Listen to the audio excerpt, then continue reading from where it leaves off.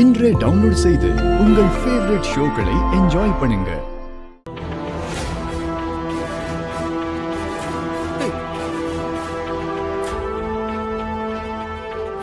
Freeze பண்ணுங்க.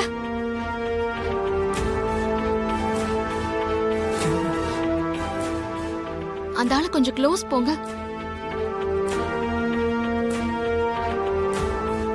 சூர்யா, இவங்க அமைச்சரோட ஆளுங்க.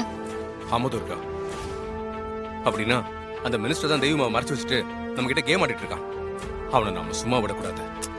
சூர்யா, இல்ல, தேவி மாவ அமைச்சர் கடத்தல. அப்படி இருந்திருந்தா அமைச்சர் தேவி மாவை வச்சு நம்மள பிளாக்மெயில் பண்ணிருப்பாரு. நீ சொல்றது கரெக்ட் தான். ஆனா தேவி மாவ அமைச்சரால் தானே கூட்டிட்டு போயிருக்கான். அமைச்சருக்கு இது தெரியாம கூட இருந்திருக்கலாம்ல. தேவி மாவை கடத்திட்டு போன இந்த ஆளுங்க எங்க இருக்காங்கன்னு கண்டுபிடிக்கணும்.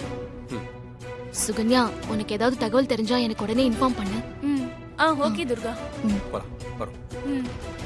தேவிய தேடி போன துர்காவும் சூரிய மாமாவும் இன்னும் காணுமே பெரியமா. தேவி அம்மா கிடைச்சாலா இல்லையான்னு ஒண்ணுமே தெரியல. குழந்தை கிடைச்சிருந்தா துர்கா போன் பண்ணி தகவல் சொல்லிருப்பால. அநேகமா இன்னும் தேடிக்கிட்டு தான் இருப்பாங்க போல இருக்கு. எப்படியாவது கண்டுபிடிச்சு கூட்டிட்டு வந்துருவாங்க. ஹாசினி, நீ தைரியமா இரு. சிஸ்டர், அந்த குழந்தை கிடைக்க கூடாதுன்னு வேண்டிக்கோங்க. வேணும்னா சாமிக்கு பால் கூட எடுக்கிறேன், அக்னி குண்டம் மிதிக்கிறேன், அழகு குத்துறேன்லாம் வேண்டிக்கோங்க. உனக்கு மொட்டை அடிக்கிறேன்னு வேண்டிக்கிறேன்.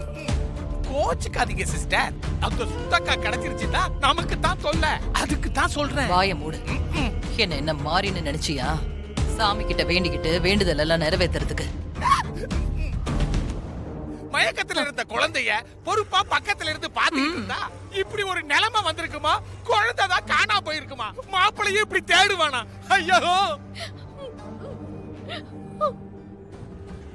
இதே உன் குழந்தையா இருந்திருந்தா இப்படி அக்கறை இல்லாம நடந்துட்டு இருந்திருப்பியா?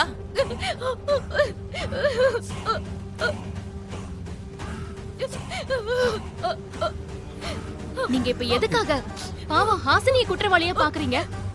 ஹாசினி மேல எந்த தப்பும் இல்ல. தேவி அம்மாவை எப்படி கண்டுபிடிச்சு வீட்டுக்கு கூட்டிட்டு வரணும்னு எங்களுக்கு தெரியும். நீங்க கொஞ்சம் அமைதியா இருங்க.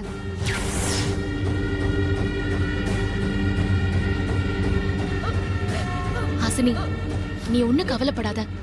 நாம யாருக்கும் எந்த கெடுதலும் செய்யல. அதனால தேவி அம்மாவுக்கு எந்த பிரச்சனையும் வராது. பத்திரமா வீட்டுக்கு வந்து சேர்ந்துருவாங்க.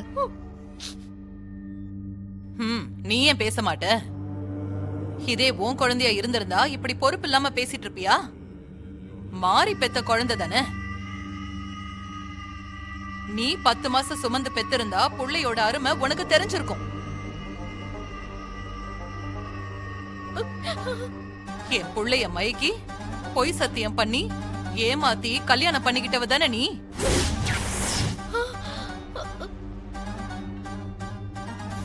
மா, நடந்து முடிஞ்சு போனதெல்லாம் இப்ப எதுக்காகமா பேசிட்டு இருக்கீங்க?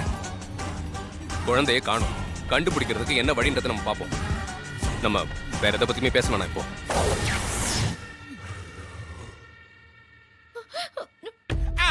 இல்ல மாப்ள, மாதாஜி என்ன சொல்ல வராங்க? சூர்யா சொன்னதுக்கு அப்புறமா அதுக்கு மறு பேச்சே கிடையாது. நீ கொஞ்சம் அமைதியா இரு. ஓகே மாதாஜி, எனக்கு தான் உங்க பேச்சுக்கு மறு பேச்சே கிடையாதே மாதாஜி. சொல்லு துர்கா, குழந்தை கிடைச்சிட்டாளா? இன்னும் இல்ல சுகன்யா. சுகன்யா, குழந்தைக்கு ஸ்கேன்லாம் எடுத்தீங்களா? எடுத்துட்டனே. எதுக்காக கேக்குற? நான் சொல்றேன் சுகன்யா. அம்மா, அந்த ரிப்போர்ட்லாம் எடுத்து செக் பண்ணி பாத்தியா? இல்ல, அது பாப்பா சீக்கிரம் நார்மல் ஆகி கண் முழிச்சதால நான் முழுசா பார்க்கல. சுகன்யா, ஒரு சின்ன டவுட். நான் உடனே நேர்ல வந்து உன்னை மீட் பண்ணணும். வா துர்கா, நான் வெயிட் பண்றேன். சரி, ஓகே, நான் இப்பவே வரேன். ஹலோ ஹலோ மேடம், எங்கம்மா இருக்கு கீர்த்தி? டியூட்டில தான் இருக்க மேடம். ரொம்ப நல்லதா போச்சு. நீ எனக்கு ஒரு ஹெல்ப் பண்ணணுமே. என்ன மேடம் பெரிய வார்த்தைலாம் சொல்றீங்க? நீங்க என்ன பண்ணணும்னு சொல்லுங்க, பண்ணிரலாம். ஒண்ணும் இல்ல, இப்போ துர்காவும் சூர்யாவும் டாக்டரை பாக்குறதுக்கு வருவாங்க. அவங்க என்ன பேசிக்கிறாங்க அப்படின்னு எனக்கு தெரியணும். அவ்வளவுதானே மேடம். அவங்க பேசுறத ரெக்கார்ட் பண்ணி வாய்ஸ் நோட்டே அனுப்புறேன். அதெல்லாம் ஒண்ணு வேண்டாம். நீ கேட்டுட்டு அந்த விஷயத்தை எனக்கு கன்வே பண்ணு, அது போதும். Okay madam. அவங்க வந்து டாக்டரை பார்த்து பேசினதும் உங்களுக்கு நான் கால் பண்றேன். ஓகே. உட்காருங்க.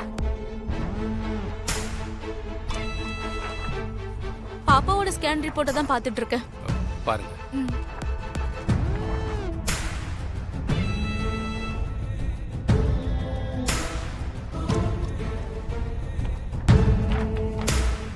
ரிப்போர்ட் எல்லாம் நார்மலா இருக்கிற மாதிரி தான் தெரியுது. இல்ல சுகன்யா, என் குழந்தைக்கு தலையில அடிபட்டதுனால மைல்டா ஏதாச்சும் ப்ராப்ளம் ஏற்பட்டிருக்குமோன்னு எனக்கு டவுட்டா இருக்கு. கரெக்டா தானே இருக்கு. நான் ஏன் அப்படி சொல்றேன்னா, சிசிடிவி ஃபுட்டேஜ்ல தேவிமாவோட கைய பிடிச்சிட்டு போனாங்கல்ல, அவங்கள தேவிமாவுக்கு நல்லாவே தெரியும். அவங்க தப்பான ஆளுங்கன்னு தேவிமாவுக்கு தெரியும். எல்லாம் தெரிஞ்சும் அவங்க கூட நார்மலா போயிருக்கானா, அவங்க நார்மலா இருக்க வாய்ப்பில்லைன்னு தானே அர்த்தம். ஏதோ தப்பா இருக்கு.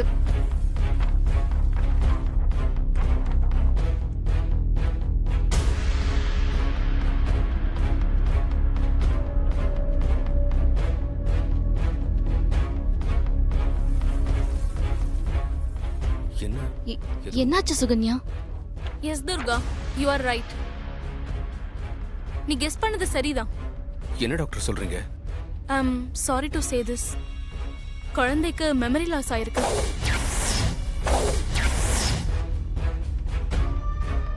என்ன சுகன்யா சொல்ற? உங்க குழந்தைக்கு பழசெல்லாம் மறந்து போயிருக்கும். அதனாலதான் அந்த தப்பான ஆளு யாருன்னு தெரியாம குழந்தை அவனோட நார்மலா போயிருக்கு. இது என்ன மாதிரியான memory loss? Short term memory லாஸா? திரும்ப பழசெல்லாம் எப்ப ஞாபகத்துக்கு வரும்? இல்ல ஞாபகமே வராதா? ரெக்கவர் ஆகுமான்னு சொல்லு சுகன்யா. அத இந்த ரிப்போர்ட்டை வச்சு என்னால சொல்ல முடியாது. குழந்தைக்கு வேற சிடி ஸ்கேன் எடுக்கணும். அதை எடுத்தாதான் என்னால ஃபர்தர் டீடைல்ஸை அனலைஸ் பண்ணி சொல்ல முடியும்.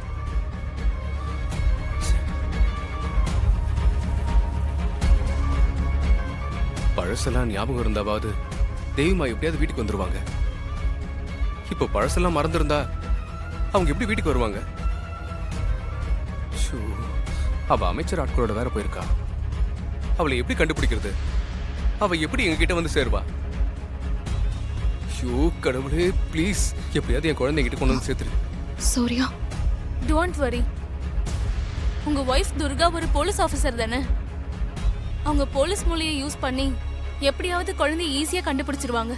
நீங்க தைரியமா இருங்க.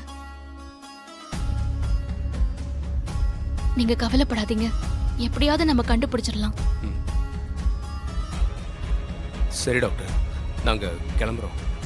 சப்போஸ் குழந்தைய யாராவது ஹாஸ்பிட்டல் கூட்டு வந்தா எங்களுக்கு உடனே தகவல் சொல்லுங்க. ம். போலாம். சரி, வரோம் டாக்டர். நாங்க வரோம்.